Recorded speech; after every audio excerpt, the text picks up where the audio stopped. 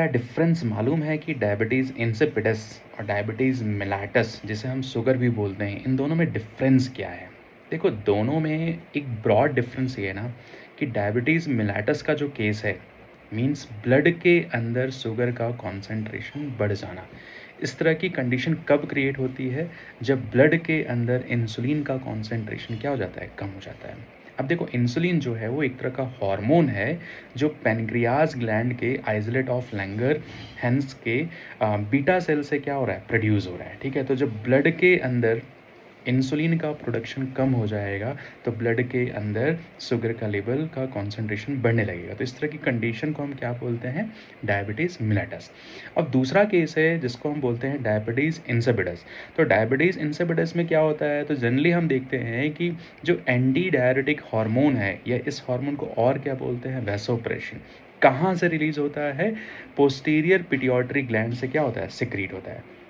तो ब्लड के अंदर एडीएच हार्मोन का जब कॉन्सेंट्रेशन कम हो जाए तो उस कंडीशन को हम क्या बोलते हैं? Diabetes insipidus. ठीक है, तो एक ब्रॉड डिफरेंस समझ में आया कि डायबिटीज़ इंसिपिडस के अंदर बेसिकली एंटी डायरेटिक हार्मोन का कॉन्सेंट्रेशन ब्लड के अंदर क्या हो जाता है? कम हो जाता है।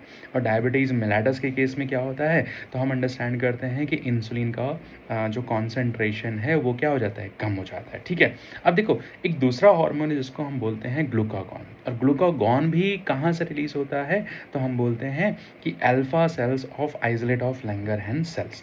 तो ग्लूकागॉन जो है वो बेसिकली ब्लड के अंदर शुगर के कॉन्सेंट्रेशन को क्या कर देता है? बढ़ा देता है। तो इसे हम क्या बोलेंगे?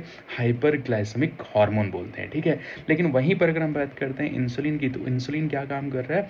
तो ब्लड शुगर को कम कर रहा है। तो ये कैसा हार्मोन हो गया? Hypoglycaemic hormone. और एक थर्ड हार्मोन है जिसको हम बोलते हैं सोमैटोस्टैटिन। तो सोमैटोस्टैटिन जो है वो basically delta sales of islets of Langerhans से क्या हो रहा है? रिलीज हो रहा है। तो सोमैटोस्टैटिन जो है वो दोनों को क्या कर रहा है? कंट्रोल कर रहा है। ग्लूकागॉन और इंसुलिन के कॉन्सेंट्रेशन को रेगुलेट कर रहा है। तो इस तरीके से आपके ब्लड के अंदर शुगर का कॉन्सेंट्रेशन क्या होता है? रेगुलेट होता है। और ब्लड के अंदर जो शुगर का कॉन्सेंट्रेशन है उसको मेंटेन करने के लिए दो ही हार्मोन काम करें। एक तो क्या इंसुलिन, और दूसरा क्या? ग्लूकागॉन। और इन दोनों को रेगुलेट किया जा रहा है किसकी हेल्प से? सोमैटोस्टैटिन की हेल्प से। ठीक है, तो डायबिटीज़ मेलाइटस और डायबिटीज़ इंसिपिडस दो डिफरेंट मेडिकल कंडीशन है। एक में इंसुलिन का कॉन्सेंट्रेशन कम हो जाता है और दूसरे में एंटी डायरेटिक हार्मोन का कॉन्सेंट्रेशन कम हो जाता है। तो एंटी डायरेटिक हार्मोन के बारे में हम नेक्स्ट वीडियो में काफ़ी डिटेल में अंडरस्टैंड